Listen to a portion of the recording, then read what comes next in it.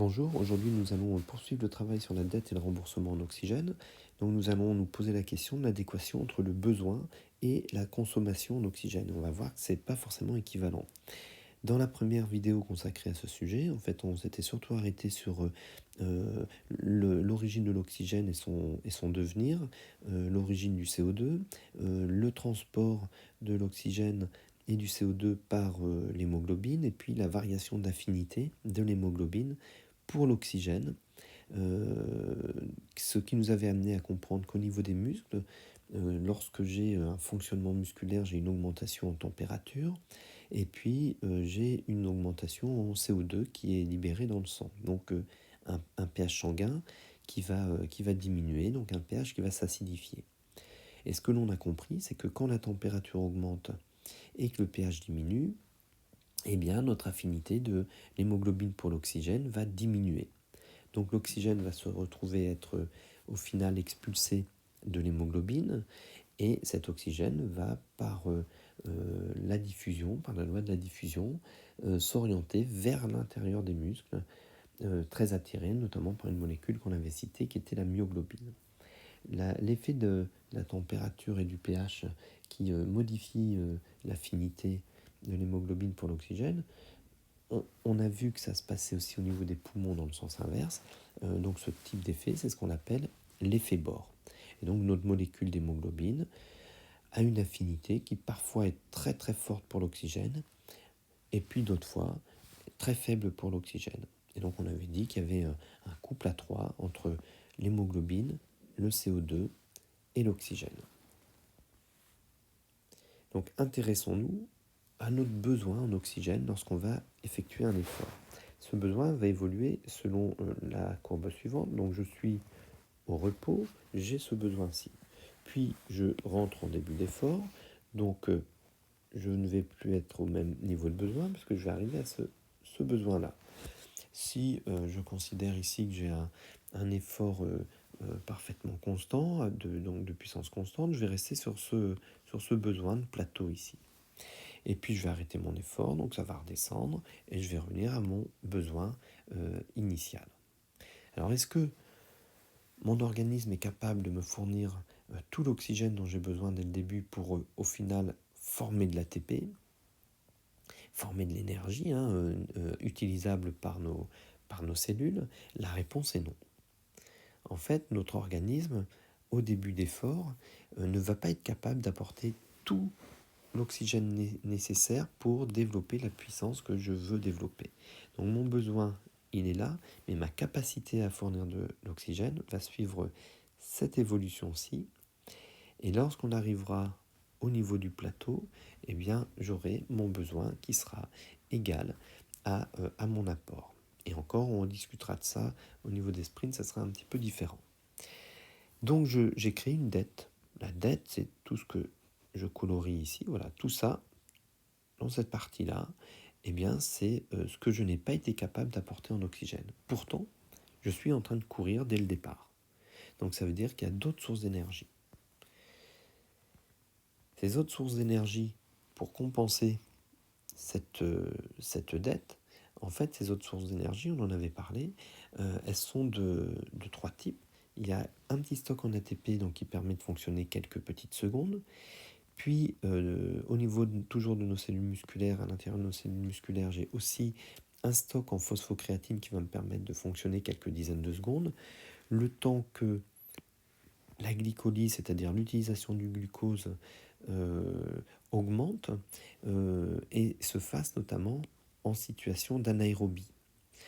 Et du coup, on va rentrer dans une phase qui va pouvoir durer quelques minutes, au niveau de laquelle on va fournir de l'ATP par cette glycolyse anaérobie. En contrepartie, on va libérer de l'acide lactique qui nous donnera des H+, donc qui va entraîner des problématiques d'acidification du milieu, et du lactate qui, lui, pourra être consommé au niveau de nos mitochondries. Donc on se retrouve avec, pour répondre à notre dette, avec deux situations.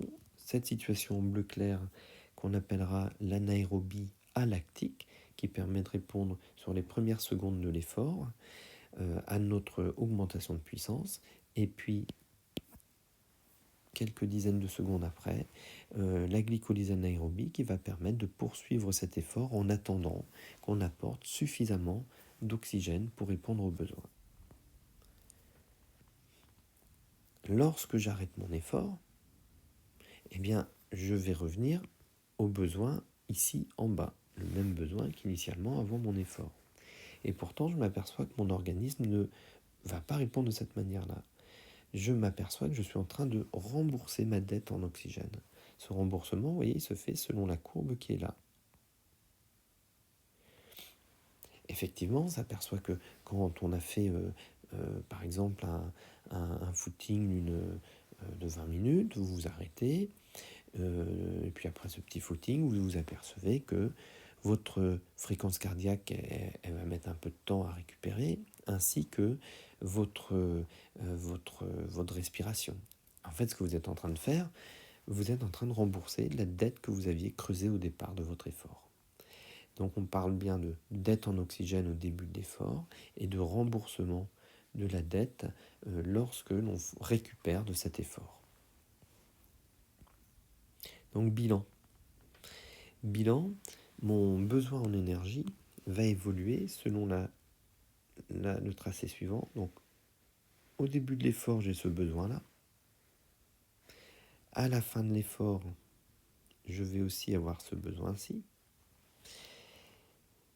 Dès le début de l'effort, je monte à ce besoin-ci jusqu'à la fin de l'effort. Je ne peux pas répondre spontanément à mon besoin avec un apport massif d'oxygène dès le départ, puisque mon apport en oxygène va évoluer selon la courbe que je vais tracer ici.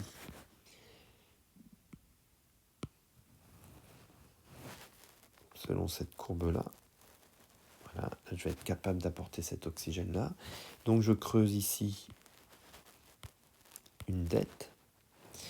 Et à la fin de l'effort, au lieu de revenir tout de suite ici, eh bien je vais suivre au final ce tracé-là.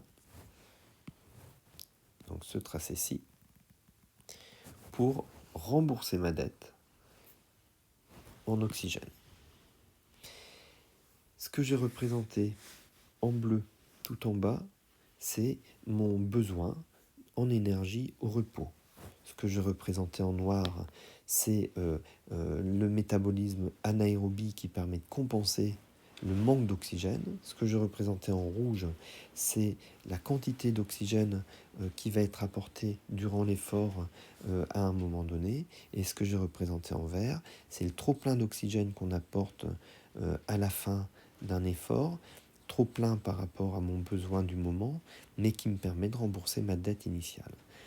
Et comme tout bon banquier, on s'aperçoit que l'organisme va avoir un remboursement beaucoup plus important que la dette qu'il avait creusée au départ.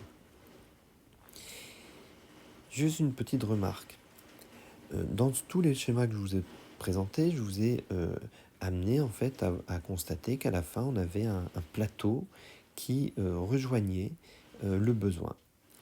Ça, c'est vrai pour vos efforts d'endurance.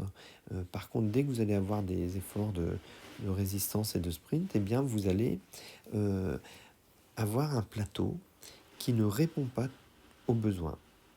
Vous avez un écart. Regardez, l'écart, il va être représenté ici, donc par cette hauteur-là.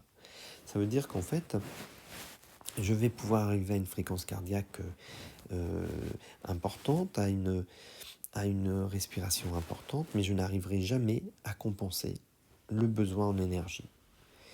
Et donc on va creuser une dette très importante. Et d'ailleurs, c'est ce qui va vous amener à vous arrêter un moment dans votre effort.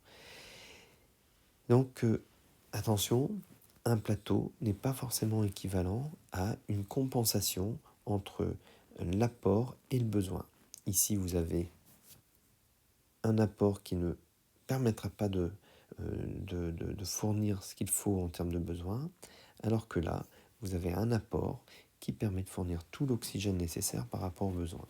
Donc typiquement, vous avez un tracé d'endurance ici, et typiquement un tracé de résistance ici, par exemple un 400 mètres. à très bientôt sur d'autres vidéos pour poursuivre le travail en SVT.